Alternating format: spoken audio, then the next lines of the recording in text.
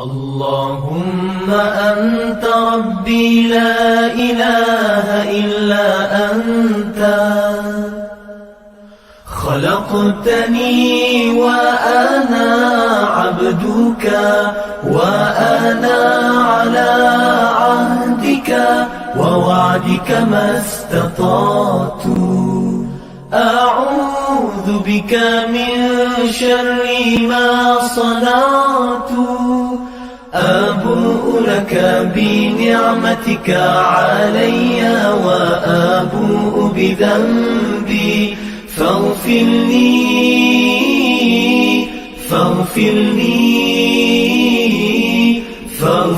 لي فإنه لا يغفر الذنوب إلا أنت.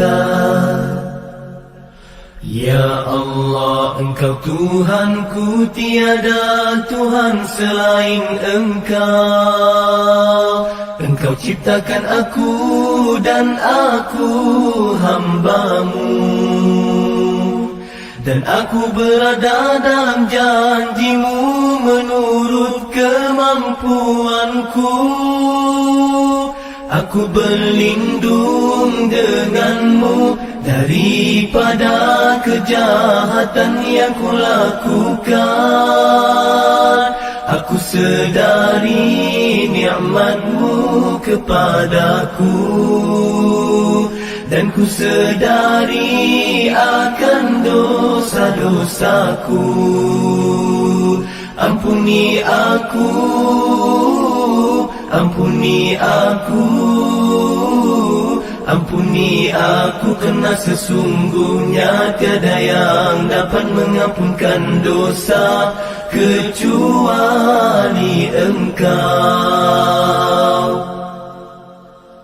Allahumma anta rabbi la ilaha illa anta خلقتني وأنا عبدك وأنا على عهدك ووعدك ما استطعت أعوذ بك من شر ما صنعت أبوء لك بنعمتك علي وأبوء بذنبي فاغفر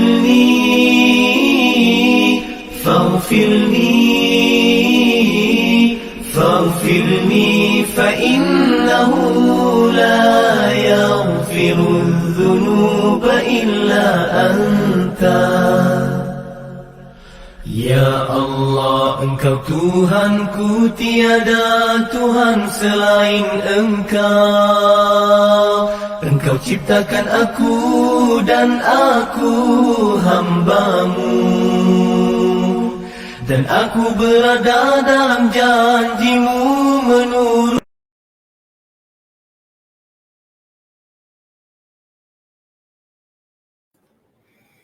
تالله لقد أرسلنا إلى من قبلك فزين لهم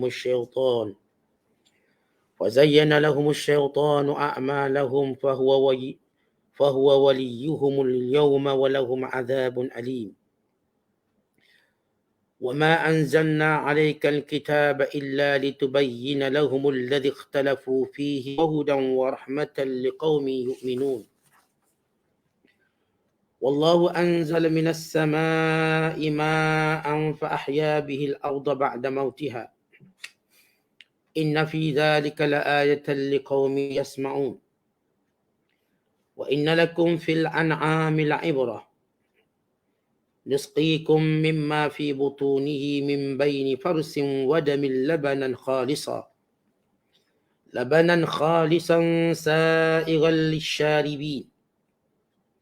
ومن ثمرات النخيل والأعناب تتخذون منه سكرا ورزقا حسنا إن في ذلك لآية لقوم يعقلون. وأوحى ربك إلى النحل أن اتخذي من الجبال بيوتا ومن الشجر ومما يعرشون ثم كلي من كل الثمرات فاسلكي سبل ربك ذللا yakhruju min butuniha syarabun mukhtalifun alwanuhu fihi shifaa'un linnas. Inna fi dhalika laayatan liqaumin yatafakkarun. Sadaqallahul azim. Demi Allah, sesungguhnya kami juga telah mengutuskan rasul-rasul kepada umat-umat yang terdahulu daripada Muhammad. Lalu syaitan memperelokkan pada pandangan mereka yang ingkar akan amal-amal mereka yang jahat itu. Maka dialah menjadi pemimpin mereka pada hari ini. Dan mereka akan beroleh azab seksa yang tidak terperi sakitnya. Dan tiadalah kami menurunkan Al-Quran kepadamu, wahai Muhammad, melainkan supaya engkau menerangkan kepada mereka akan apa yang mereka perselisihan padanya, dan supaya menjadi petunjuk dan rahmat bagi orang-orang yang beriman. Dan Allah menurunkan hujan dari langit, lalu ia menghidupkan dengan air hujan itu akan bumi sesudah matinya. Sesungguhnya pada yang demikian itu terdapat satu tanda yang membuktikan kebijaksanaan Allah bagi kaum yang mendengar peringatan ini dan memahaminya. Dan sesungguhnya pada binatang-binatang ternak itu, kamu beroleh pelajaran yang mendatangkan iktibar. Kami beri minum kepada kamu daripada apa yang terbit dari dalam perutnya, yang lahir dari antara hampas makanan dengan darah. Itu susu yang bersih, yang mudah diminum. Lagi sedap rasanya bagi orang-orang yang meminumnya. Dan dari buah kurma dan anggur, kami jadikan daripadanya minuman haram dan makanan serta minuman yang halal. Sesungguhnya pada yang demikian itu terdapat satu tanda yang membuktikan kekuasaan Allah bagi orang-orang yang mahu menggunakan akalnya. Dan Tuhanmu memberi ilham kepada lebah. Hendaklah engkau membuat sarangmu di gunung ganang dan di pokok-pokok kayu dan juga di bangunan-bangunan yang didirikan oleh manusia. Kemudian makanlah dari segala jenis bunga-bungaan dan buah-buahan yang engkau sukai. Serta turutlah jalan-jalan peraturan Tuhanmu yang diilhamkan dan dimudahkan kepadamu. Dengan itu akan keluarlah dari dalam badannya minuman madu yang berlainan warnanya, yang mengandungi penawar bagi manusia dari pelbagai penyakit. Sesungguhnya pada yang demikian itu ada tanda yang membuktikan kemurahan Allah bagi orang-orang yang mau berfikir. Masih lagi berada dalam penafsiran surah An-Nahl, surah lebah, surah yang ke-16, juzuk yang ke-14, bermula daripada ayat yang ke-63 sehingga ayat yang ke-69. Ayat-ayat yang kita bacakan ini menceritakan tentang menjadi kebiasaan umat-umat terdahulu mendustakan para rasul yang diutuskan kepada mereka. Dan ayat yang kita bacakan ini juga menerangkan tentang tugas Nabi SAW dalam menerangkan Al-Quran dan menjadikan Al-Quran sebagai petunjuk dan rahmat kepada sekalian alam. Dan Allah Ta'ala juga menyebut antara dalail atau dalil-dalil ketuhanan, kekuasaan Allah yang esa, dan juga nikmat-nikmat yang Allah Ta'ala berikan pada manusia. Supaya manusia senantiasa berfikir dan mengambil iktibar dan bersyukur kepada Allah atas segala nikmat yang tersebut itu. Kata Allah, Tallahi, demi Allah, laqad arsalna, sesungguhnya kami telah utuskan ila umamin min qablika, kepada umat yang terdahulu sebelummu, wahai Muhammad. Fazayyana lahumus syaitanu a'malahum, maka syaitan telah menjadikan amalan-amalan mereka, perbuatan-perbuatan mereka elok dipandang oleh mereka. Fahuwa waliyuhumul yaum, dan syaitan itu menjadi pembantu-pembantu mereka, menjadi penolong-penolong mereka dalam melakukan kejahatan dan kesyirikan kepada Allah. Walahum azabun alim, dan kelak nanti akhirat kelak, maka Allah Ta'ala akan mengenakan kepada mereka semuanya azab yang pedih. Baik, ayat ini yang kita baca sesudah Allah Ta'ala menerangkan tentang kefasidan akidah orang-orang kafir yang menjadikan Tuhan itu ramai, berbilang-bilang.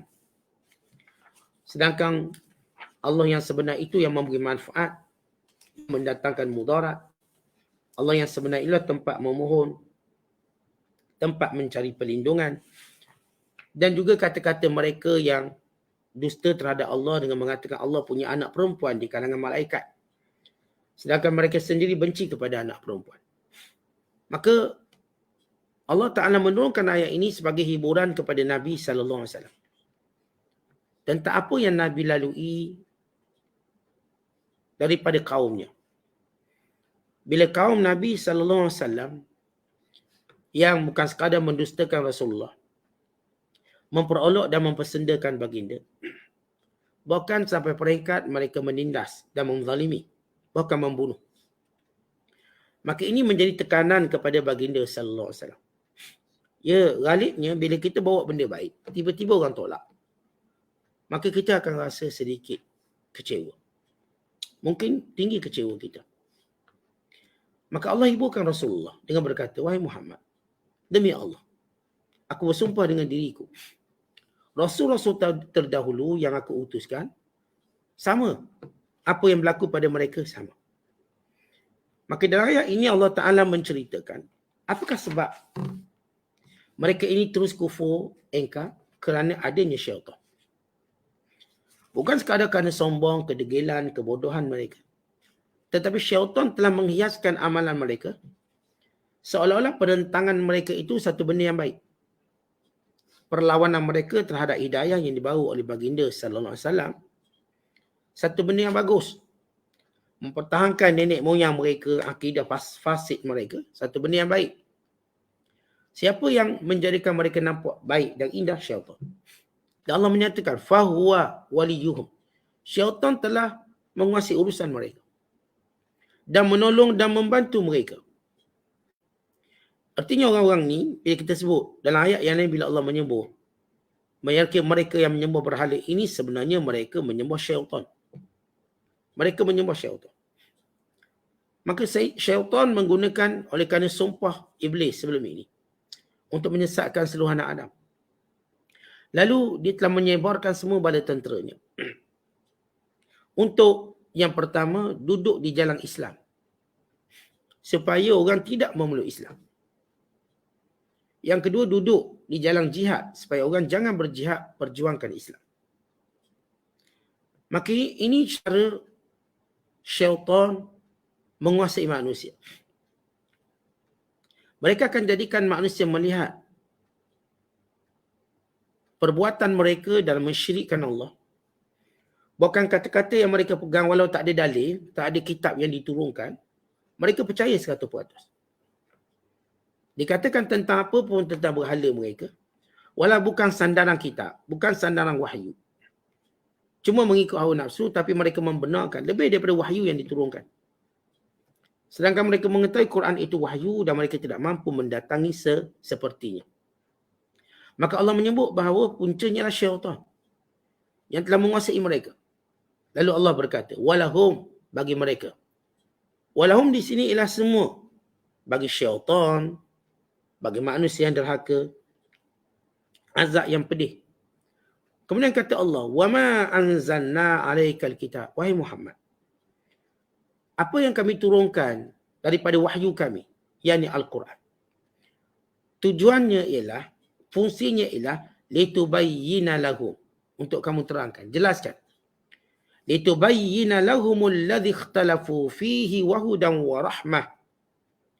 Untuk kamu menjelaskan apa yang menjadi perselisihan di kalangan mereka. Sepakat para ulama bahawa dalam ayat yang diturunkan ataupun Al-Quran yang diturunkan, fungsinya ialah untuk menjelaskan kehidupan manusia tentang persoalan ilahiyat ketuhanan dan tentang persoalan nubuat kenabian, tentang persoalan ma'ad, kebangkitan semula, tentang persoalan yang berkait dengan syurga dan neraka. Persoalan-persoalan ini yang menjadikan mereka keliru dan mereka berbalah. Maka Al-Quran menerangkan tentang itu, tentang siapa Tuhan yang sebenar, tentang Rasul yang diutuskan, tentang hari kebangkitan atau hari kiamat, tentang syurga dan neraka. Bukan tentang semua perkara-perkara yang bersangkutan dengan akidah, usul akidah. Maka, wahai Muhammad, kerja kamu ialah menjelaskan, menerangkan. Wahudan wa rahmatan liqaumi yu'minun.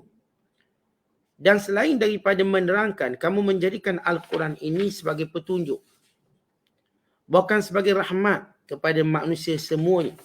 Sebagaimana yang kita katakan, bahawa maksud sebenar dalam Al-Quran ada 4 perkara yang utama. Yang pertama tentang ketuhanan, yang kedua tentang kenabian, yang ketiga tentang kebangkitan, yang keempat yang kita betulkan. Keempat ialah tentang isbat, tentang qada dan qada Allah Ta'ala. Dan perkara paling tertinggi ialah ilahiyat, ketuhanan. Maka kata Allah Ta'ala, Al-Quran ini menjelaskan kekeliruan tentang Tuhan. Sebab itu ayat yang kita bacakan sebelum ini. Keliru mereka tentang apakah Allah ada anak, apakah malaikat itu perempuan, maka Quran menerangkan. Apakah Allah itu 2, maka Quran menerangkan Allah itu 1. Apakah Allah itu akan membangkitkan semula manusia, mempersoalkan, mempertanggungjawabkan? Ya, diterangkan. Ini yang diikhtilaf manusia. Maka Allah memerintahkan Nabi SAW untuk menjelaskan. Masalah mereka nak tentang, masalah mereka tak nak ikut, engkar, kufu, itu bukan masalah kamu, wahai Muhammad. Lasta alaihim bimusaitir. Kamu tidak menguasai mereka.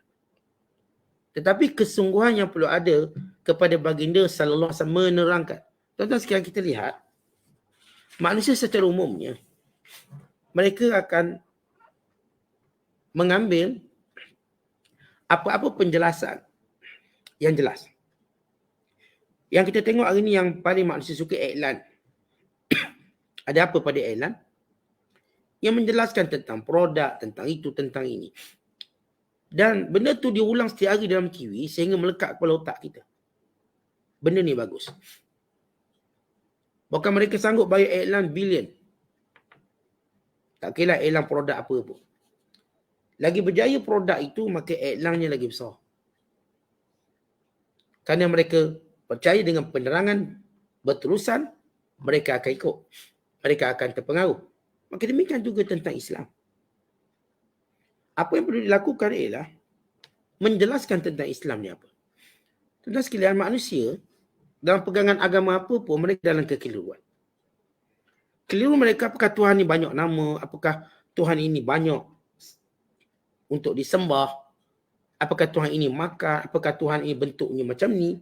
Semuanya dijawab oleh Allah dalam Quran. Maka Rasulullah sallallahu alaihi wasallam diperintahkan untuk tu baca dan baca dan baca. Dan itu juga peranan kita. Masalah kita, tuan-tuan, kita kurang iklankan Al-Quran. Kita tak iklankan Al-Quran. Wa imma bacaan, atau terjemahan, atau tadabbur, atau pengajaran, atau hukum hakam. Kalau kita terangkan Al-Quran kepada orang kafir, kita terangkan Al-Quran kepada manusia, nescaya mereka akan nampak Quran menjawab kekeliruan mereka. Satu. Dan nescaya mereka akan melihat bagaimana Quran menjadi petunjuk, bimbingan. Dan yang ketiga, nescaya mereka melihat bagaimana Al-Quran sebagai satu rahmat. Rahmat dalam kehidupan mereka. Sama ada dengan membacanya, dengan tadabburnya, dengan mengikutinya, semuanya rahmat. Dengan pahala-pahala yang berganda pada setiap bacaan. Kemudian sesudah Allah menjelaskan, menerangkan, mengembirakan Rasulullah, jangan sedih wahai Muhammad, Rasul-Rasul dahulu juga didustakan. Jadi fokus kamu kepada perintah Allah menjelaskan, menerangkan. Sehingga Al-Quran ini benar-benar menjadi petunjuk dan rahmat pada mereka. Kemudian Allah Ta'ala menyebut dalam ayat ini seterusnya tentang kekuasaan Allah. Kenapa disebut tentang kekuasaan Allah SWT? Baik, untuk menjelaskan bahawa lepas Allah cerita tentang orang beriman tempatnya syurga, orang kafir tempatnya neraka, dan Allah menggembirakan Nabi SAW dengan apa yang Rasulullah tempuh dalam menghadapi kaumnya, dan Allah suruh Rasulullah fokus, jangan fokus berapa orang beriman, yang fokus dan menyampaikan Al-Quran. Maka Allah datangkan ayat selepasnya menerangkan tentang kekuasaan Allah, kewujudan Allah, keesaan Allah. Dalil-dalil yang boleh dilihat oleh setiap orang yang melihat pagi dan petang. Sama ada tumbuh-tumbuhan, pokok dan hujan, sama ada susu yang keluar daripada binatang ternakan, dan berbagai bentuk makanan, jus buah-buahan, dan bagaimana madu yang keluar daripada perut an-nahal, perut lebah yang menjadi penawar kepada manusia seluruhnya. Baik, Allah sudah terangkan tentang kerja Rasul menyampaikan. Maka Allah kembali membuktikan tanda-tanda kebesaran Allah, tanda-tanda kekuasaan Allah, tanda-tanda keesaan Allah, dan tanda-tanda kekuasaan yang tidak boleh dilakukan oleh berhala yang mereka sembah, oleh Tuhan yang mereka cuba sandarkan penyembahan itu terhadap Tuhan-Tuhan palsu ini. Kata Allah, ayat yang kita bacakan ini, Wallah, dan Allah anzala minas sama', menurunkan daripada langit, ma'an air, fa'ahya bihil arda ba'da mautiha. Maka air ini menghidupkan bumi ini dengan tumbuh-tumbuhan, dengan pokok-pokok yang mengeluarkan buah-buahan, ba'da mautiha, selepas kering kontang, selepas mati. Baik, ayat ini bukan sekadar cerita tentang nikmat. Menurunkan hujan itu nikmat dari Allah. Tetapi juga menceritakan tentang bagaimana Allah berkuasa menghidupkan kembali manusia. Sebagaimana tanah yang kering kontang tadi dihidupkan dengan air hujan. Lalu tumbuh kembali pokok-pokok yang selama ini mati. Subur kembali pokok-pokok yang selama ini layu. Berbuah kembali pokok-pokok yang selama ini tidak berbuah. Baik, lihat bagaimana Allah merubah sesuatu yang mati kepada hidup. Demikian Allah Ta'ala mengubah manusia yang mati dan dihidupkan kembali. Sebab itu Allah datangkan ayat selepas itu. Inna fi zalika la'ayatan liqaumin yasma'un. Sesungguhnya pada tanda-tanda kebesaran Allah tadi, itu menurunkan hujan, menghidupkan bumi dengan pelbagai tumbuh-tumbuhan, pokok-pokok, buah-buahan, ia menjadi suatu tanda bagi kaum yang ingin mendengar, yang ingin faham, menunjukkan bahawa Allah berkuasa membangkitkan semula manusia. Tuan-tuan, kita akan mati. Kita akan mati. Bila mati, macam mana keadaan kita? Kering kontang. Air akan hilang daripada badan kita. Akan hilang. Jasad kita mula kering. Akhirnya jasad kita pun hancur. Sesuatu jasad kita sebelum ini subur. Berminyak badan kita. Berisi berair. Akhirnya kita mati kering. Sebagaimana keringnya tanah kubur. Sampai masanya Allah bangkitkan. Dan Allah Ta'ala beri satu analogi.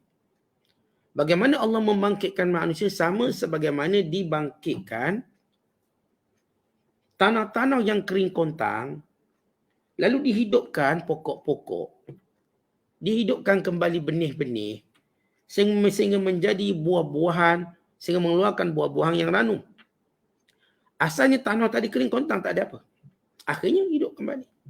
Dan sebagaimana dia boleh kering kontang balik, kemudian Allah hidupkan kembali dengan hujan. Demikian kebangkitan semula. Kemudian kata Allah Ta'ala, wa inna lakum fil an'ami la'ibrah. Baik, lihat pula bagaimana binatang-binatang ternakan. Pada binatang ternakan lembu, kambing, unta, la'ibrah, ada iktibar dan pengajaran. Apa dia? Allah nak sebut. Binatang ni, kita sebelum ni, ayat ni kita dah sebut tentang bagaimana kulitnya, bulunya, bagaimana dagingnya, bagaimana dia menjadi kenderaan. Kali ini, Allah nak sebut satu benda yang khusus. Iaitu susu yang keluar daripada perut binatang ini. Sedangkan, lembu, kambing, unta, kerbau, dimakan tumbuh-tumbuhan, lalu prosesnya kat mana? Perut. Dalam perut tadi semua hampas-hampas makanan. Yang disebut min baini farsin. Segala hampas-hampas makanan yang bersedia untuk jadi tahi selepas itu. Yang bersedia. Dan bila suatu kita makan, duduk dalam perut, maknanya tunggu masa untuk keluar. Dan daripada perut binatang ini, yang penuh dengan hampas makanan, dan bercampur pula dengan darah dia, keluar labanan, susu khalisan, yang begitu bersih, Sa'iran, yang mudah untuk diminum oleh sesiapa sahaja. Artinya, antara nikmat yang hebat. Bayangkan bagaimana binatang ternak akan mengeluarkan susu. Cuba kaji macam mana susu itu berlaku. Susu ini percampuran antara darah dan makanan. Makanan tadi yang dimakan dah jadi hampas untuk menjadi najis dan tai. Bercampur, maka daripada labung susu, maka keluar susu. Dan sifat susu tadi pula putih, bersih. Tak ada keluar susu warna jingga ke, warna oranye ke, tak ada. Putih. Putih melepak. Bahkan mudah untuk diminum. Sahlul murud fil halq. Bila kita telan dia mudah tu. Dia turun dengan mudah.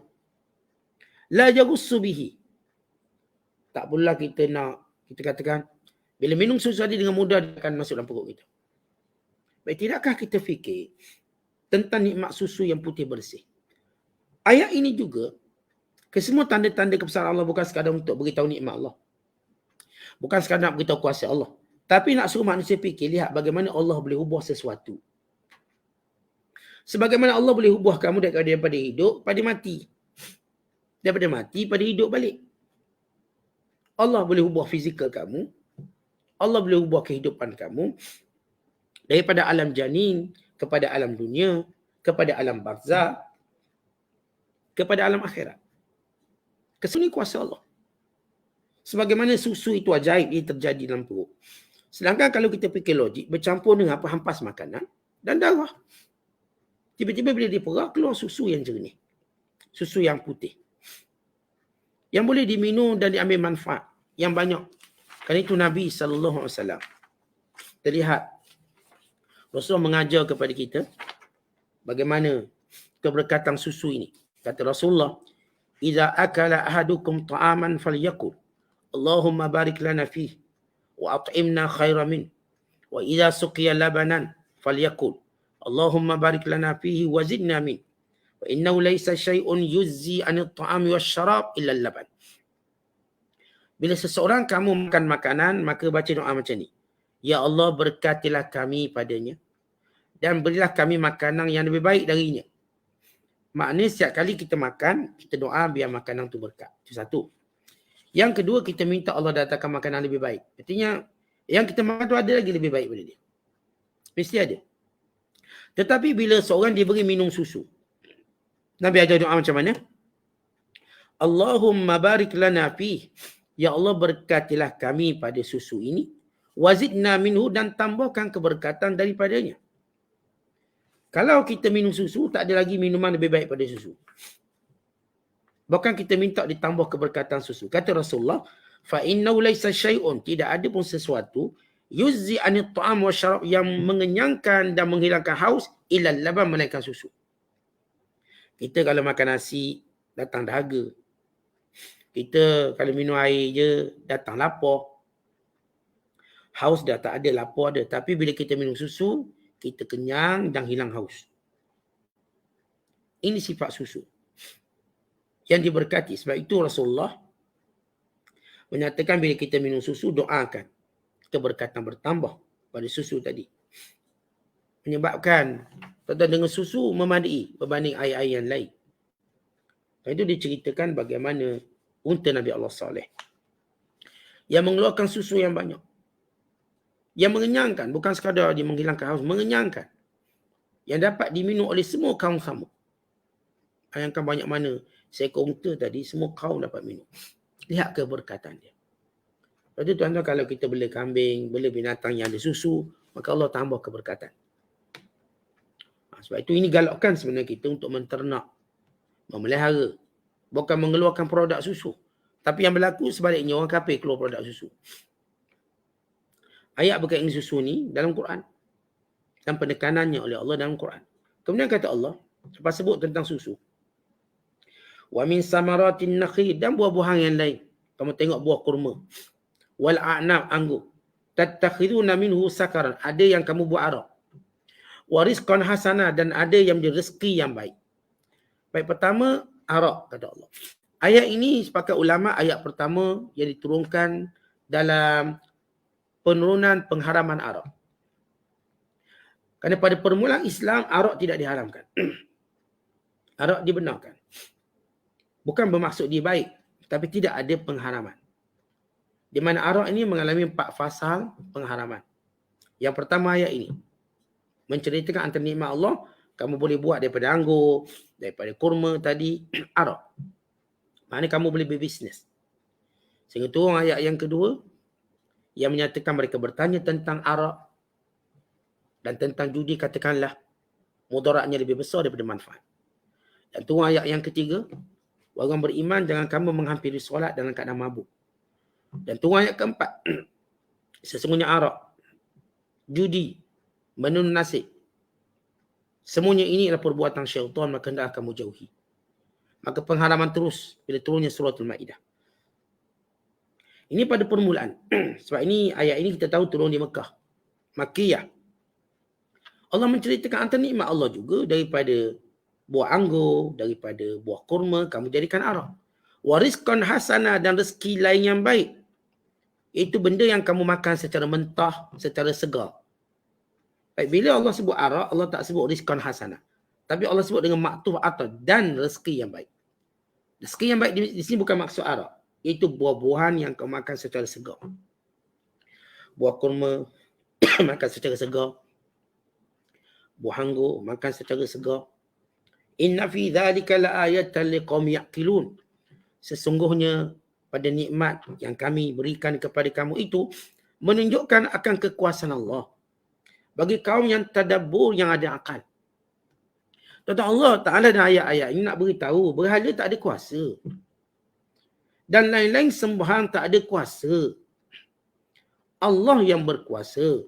Allah yang mencipta. Bukan dalam ciptaan Allah itu ada yang amat unik. Yang kamu barangkali makan setiap hari, minum setiap hari, tapi tak sedar itu nikmat yang hebat. Yang datang, kita tak pernah terfikir macam mana lembu susu dia putih macam tu. Bagaimana kambing macam tu susu dia. Tak pernah terfikir kita. Macam mana binatang-binatang ternakan mengeluarkan susu. Dan kita juga tak terfikir bagaimana buah-buahan ini, bagaimana ia tiba-tiba tumbuh. Kita cuma tahu tanam pokok, sirah, kita tumbuh. Tapi prosesnya bagaimana? Kalau bukan Allah yang maha agung dalam menciptakannya. Kemudian sesudah Allah Ta'ala menyebut, bermula daripada alam langit. Kemudian alam hayawan. Kemudian alam tanaman. Kemudian Allah menyebut satu lagi alam yang hebat. Iaitu alam lebah. Daripada ayat ini, dinamakan surah ini surah lebah. Surah-surah dalam Al-Quran, bila dinamakan dengan nama tertentu, menunjukkan benda itu paling hebat sekali. Ajaib. Benda itu intipati bagi surah itu. Intipati yang paling penting. Kalau kita baca suratul Baqarah, dalamnya tentang Bani Israel, tentang Yahudi, tentang munafik, tentang kejadian Adam, dan cerita-cerita Adam AS. Tapi fokus utama ialah tentang lembu tadi. Untuk melihat bagaimana degilnya Yahudi. Dan demikian juga bila kita baca surah An-Nisa, wanita. Bagaimana Allah Ta'ala mengangkat wanita sehingga dijelaskan hukum hakam yang berkait dengannya. Tidak dibiarkan lelaki memanipulasikan kekuasaan sebagai lelaki untuk menentukan apa sahaja hukum berkait dengan perempuan. Allah datangkan hukumnya. Baik dalam bab cerai, bab rujuk dan sebagainya. Allah mendatangkannya. Bab pusaka. Maka tak ada orang boleh suka-suka untuk mengada-ngadakan hukum yang berkait dengan keperempuanan. Dan demikian juga bila Allah datangkan surah An-Nahl, surah lebah. Supaya kita memerhatikan bagaimana lebah daripada kawanan besar. Yang diketuai dengan satu yaksub ataupun malikah, permaisuri. Yang ada pekerja-pekerja di kalangan jantan dan betina. Yang bekerja bagaimana proses sehingga lengkap jadi madu. Dan kenapa lebah ini bersarang pada tempat tertentu? Allah tak jadikan lebah ni bersarang merata tempat. Tetapi Allah dah tetapkan tempat-tempat dia. Bila Allah Ta'ala menyebut, wa auha rabbuka ilan nahl. Maksud wa auha, dan kami wahyukan kepada lebah. Yang ini kami ilhamkan dan kami ajar lebah yang menjadi suatu tabiat lebah, yang menjadi suatu kebiasaan lebah. Artinya Allah Bila dia ciptakan satu binatang, Allah dah jadikan kebiasaan bagi mereka. Mereka ni binatang bukan berfikir. Binatang dia tak berfikir macam manusia. Tapi Allah bentuk kebiasaan dia. Kalau ikan kebiasaannya berenang, maka begitu kebiasaan. Burung kebiasaannya terbang, begitu kebiasaan. Apa yang berlaku pada burung, binatang-binatang berdasarkan kebiasaan. Bukan dia berfikir. Sebab sepakat ulama, binatang bukanlah makhluk yang berfikir. Yang berfikirnya kita manusia. Tapi bagaimana binatang-binatang ini yang Allah ilhamkan ilmu yang hebat? Kata Allah, dan kami wahyukan kepada lebah anittakhidhi, untuk mereka menjadikan sarang-sarang mereka, minal jibal, di gunung ganang, buyutan, sebagai tempat tinggal mereka, wa minas syajar, dan pokok-pokok, wa mimma ya'rishun, dan daripada apa yang manusia buat sarang untuk mereka. Ini menunjukkan bahawa ada lebah, dia buat rumah dia sendiri. Ada lebah manusia tolong buat sarang. Ini disebut wa mimma ya'rishun. Dan daripada apa yang manusia siapkan, manusia buat rumah-rumah lebah. Lebah keluluk ke, lebah Australia ke, lebah lalak ke, lebah apa sekalipun, manusia buat rumah dia. Buat khalaya, sarang dia. Sama ada lebah ini, dia akan bersarang di gunung ganang. Atau lebah ini bersarang di pokok-pokok. Atau lebah ini bersarang di tempat kediaman manusia bina untuknya. Bukankah lebah kadang-kadang dia pun ada buat sarang kat rumah-rumah orang terbiar dan sebagainya. Maka itu bukan kebiasaan. Kenapa? Kalau lebah buat kat situ, orang akan roboh rumah tu, orang akan kacau dia. Maka dia tak dapat survive lama. Tapi di gunung ganang, di pokok-pokok. Kemudian di tempat yang manusia bina sarang-sarang mereka, maka survival mereka tinggi. Kata Allah, summa kuli, bila dah siap sarang, supaya kita tahu, lebah, dia mula-mula buat sarang dulu. Belum dicari madu, belum dicari apa-apa, dia buat sarang dulu. Semua pekerja, pekerjanya akan buat sarang. Maka bila selesai buat sarang, summa kuli, kemudian kami berfirman, kemudian kami mengilhamkan kepada lebah-lebah ini, kuli, makanlah, min kulli thamarat, semua buah-buahan, semua bunga-bungaan. Baik, bila sebut perkataan samarat, buah-buahan, sebab ada bunga-bunga dia jadi buah, ada bunga-bunga tak jadi buah. Kesemua bunga-bunga ini sifatnya punya madu. Tetapi Allah Ta'ala nak beritahu bahawa bila disebut perkataan as-simar ataupun as-samarat, buah-buahan, bagi menunjukkan kemanisan lebah ini sebagaimana manisnya buah. Kata Allah Subhanahu Wa Ta'ala, kemudian kami perintahkan lebah untuk makan buah-buahan, fasluki, dan bergeraklah kamu subula rabbiki, jalan yang Allah Ta'ala dah tetapkan, dhululan, dengan Allah permudahkan kamu. Sehingga lebah-lebah ni, tuan-tuan sekalian, dia tak akan sesat. Mana sarang dia, dia akan pulang sarang dia. Kerana Allah Ta'ala dah tetapkan laluan dia, highway dia. Yang lebah ni sarangnya ke sini, lebah ni sarang ke sini. Dia tak akan bersilang atau tak akan tersesat atau tak akan pilih silap jalan. Kerana Allah Ta'ala dah tetapkan peraturan ini. Supaya manusia belajar daripada apa yang dalam dunia lebah. Kenapa lebah mengeluarkan madu yang amat manis dan berkhasiat? Kerana dia ikut perintah Allah. Semuanya perintah Allah. Daripada buat sarang, sampailah makan, menyedup madu-madu buah-buahan, madu-madu bunga-bungaan. Sehinggalah melalui jalan-jalan yang telah ditetapkan. Maka semuanya ini menjadikan lebah mengeluarkan hasil yang paling hebat. Sebab tu orang beriman, Rasulullah mengumpamakan seperti lebah. Kalau dia ni baiklah. Kata Allah lagi, yakhruju min butuniha, keluar daripada perut lebah ini, syarabun mukhtalifun, minuman ataupun madu yang pelbagai bentuk, alwanuhu, warna-warnanya. Baik, kalau kita tengok, bila Allah Ta'ala jadikan lebah ini sebagai satu ayat kebesaran Allah. Bila lebah ni buat madu, dan madu itu satu keajaiban alam. Kerana bayangkan kita dapat percuma sumber gula yang amat bernilai. Sumber kesihatan yang amat hebat. Yang dibuat oleh lebah. Lebah ni makhluk yang berbisa. Sengat dia tu bisa. Tapi lihat, bisa dia tadi menyediakan madu. Bila Allah Ta'ala menyatakan madu yang keluar macam-macam warna, ada warna putih, ada warna kuning, ada warna merah. Pertama Allah nak beritahu indahnya warna madu. Tuan-tuan, bila kita tengok madu, yang pertama yang menarik ialah warna dia. Keemasan, warna yang putih, warnanya yang mungkin kemerahan. Ada yang kuning emas, ada kuning kemerahan. Ada yang bersifat warna putih. Maka ini warna-warna yang dihasilkan oleh madu lebah. Lalu kata Allah, fihi, padanya, pada lebah tadi, pada madu tadi, syifa'un linnas, menjadi obat kepada manusia, yakni penyakit-penyakit manusia. Bila Allah Ta'ala menyebut fihi syifa'un linnas, bukan maknanya madu ni penyakit, dia obat pada semua penyakit, pada sebahagian penyakit.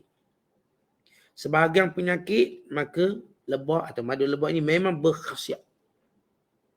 Allah tak sebut di sini bahawa madu lebah ni obat pada semua penyakit. Tidak. Tapi ia menjadi fihi, padanya syifa'un, sebahagian penyembuh kepada penyakit manusia. Inna fi dzalika la ayatan liqaumin yatafakkarun. Semuanya ini tanda-tanda kebesaran Allah, kebijaksanaan Allah bagi kaum yang hendak berfikir. Berkenaan dengan bah disebut dalam satu hadis yang diriwayatkan oleh Bukhari dan Muslim. Daripada Abi Sa'id Al-Khudri radhiyallahu ta'ala anhu, ada seorang lelaki datang menemui Nabi sallallahu alaihi wasallam lalu berkata, "Ya Rasulullah, saudaraku sakit perut." Lalu kata Nabi sallallahu alaihi wasallam, beri minum madu padanya. Maka dia beri minum. Kemudian dia datang lagi, "Ya Rasulullah, saya dah beri minum madu, tapi dia makin sakit perut." Maksudnya istitlakan, berak cair. Lalu kata Rasulullah, beri lagi madu. Maka dia beri lagi madu. Kemudian datang lagi, "Ya Rasulullah, makin cerit-berit." Lalu kata Rasulullah, "Sadaqallah, Allah benar. Perut saudara kamu berbohong." Pergi dan bagi lagi dia minum madu. Maka lelaki ini pun pergi, maka dia beri minum madu, maka sembuh. Baik, madu, bila ada seorang lelaki ni dia berak cair. Bila berak cair ni kerana perutnya dalamnya ada makanan yang kotor, beracun, bakteria. Maka dia akan keluar menyebabkan istitlaqan ataupun berak cair. Perut sakit, cerit-berit. Maka minum madu. Proses madu pertama ialah dia menyucikan perut. Tapi bila sahabat ni minum, maka makin sakit perut. Maka Rasulullah suruh minum lagi. Kerana apa? Kerana kotoran dalam perutnya belum bersih sepenuhnya, maka dia bersihkan lagi. Madu sifatnya panas, maka dia menyucikan, membakar semua, kita katakan, kuman-kuman dalam perut. Akhirnya proses tadi berlaku beberapa kali, sehingga bila semua dah tak ada, barulah kembali normal. Di sini menunjukkan bagaimana madu bagus untuk penyakit cerit-berit. Yang kedua, bila kita makan madu, tiba-tiba bertambah sakit, mungkin dosnya tak cukup, kena tambah dos dia. Kita makan sikit sangat, tak berkesan, makan banyak lagi. Makan banyak lagi sehingga dia benar-benar berkesan. Maksudnya dalam penyakit perut tadilah, kan ia membersihkan perut. Dalam hadis yang lain Nabi kata, hadis yang lain daripada Ibn Abbas, ia berkata, "Asyifa'u fi salasa, fi syartati mihjamin, atau syarbati asalin, atau kayyati binarin. Wa anha ummati anil kay." Warawa Ibn Majah, Adim di Mas'udin, radhiyallahu ta'ala anhu qala Rasulullah sallallahu alaihi wasallam, "Alaikum bisyifa'aini al-asali wal Quran." Kata Rasulullah, hendaklah kamu melazimi dua penyembuh. Yang pertama madu, yang kedua Quran. Maknanya tuan-tuan sekalian, kalau dalam ayat ini menyatakan tentang bagaimana dua penyembuh manusia. Penyembuh zahir ialah madu, penyembuh batin ialah Al-Quran. Bila bergabung kedua-dua penyembuh ini, maka dia akan merasakan keenakan ataupun kita katakan merasakan kesejahteraan tubuhnya. Baik tubuh badan. Rasulullah sentiasa suruh kita ucapkan madu dan juga Quran. Baca Quran. Kemudian makan madu. Jadikan ia sebagai rutin kita. Baik, bila Allah cerita semua tentang hujan, Allah cerita tentang susu, Allah cerita tentang anggur ataupun minuman-minuman yang dibuat daripada anggur dan daripada kurma. Kemudian Allah cerita tentang lebah. Kesemuanya ini manfaat pada manusia yang hebat. Menjadi sumber makanan terbesar manusia, sumber kehidupan, sumber penyembuhan, sumber keseronokan. Maka kenanglah nikmat Allah. Dan lihatlah sekutu-sekutu berhala-berhala. Apa yang dia buat? Yang semua selain daripada Allah, apa yang dia buat? Tak buat apa-apa. Tak ada apa-apa. Tak ada kuasa apa-apa. Tapi hairan dan ajaib. Kenapa pada penyembah berhala terus tegar menyembah berhala? Dan bercakap bagi pihak berhala, yang berhala ni tak boleh cakap. Mereka terus bercakap bagi pihak, lalu mereka lah apa yang mereka boleh reka. Maka ini pengajaran yang besar. Untuk kita melihat tanda-tanda kebesaran Allah. Di situ akan hancur segala hujah orang-orang yang menyembah selain daripada Allah Subhanahu wa taala. Wallahu a'lam bissawab. Assalamualaikum warahmatullahi wabarakatuh.